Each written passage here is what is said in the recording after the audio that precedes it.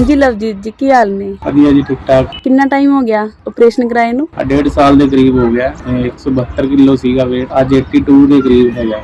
Diet ਸਹੀ ਲੈ ਰਹੇ ਹੋ? ਹਾਂਜੀ ਵਧੀਆ। ਸਵੇਰੇ ਨਾਸ਼ਤੇ 'ਚ 3 ਪਰੌਂਠੇ ਪੱਕਾ ਹੈ ਹੀ ਨੇ, ਤੇ ਦੁਪਹਿਰੇ ਗਲਾਸ ਜੂਸ ਦਾ ਜਾਂ ਫਰੂਟ ਖਾ ਲਿਆ।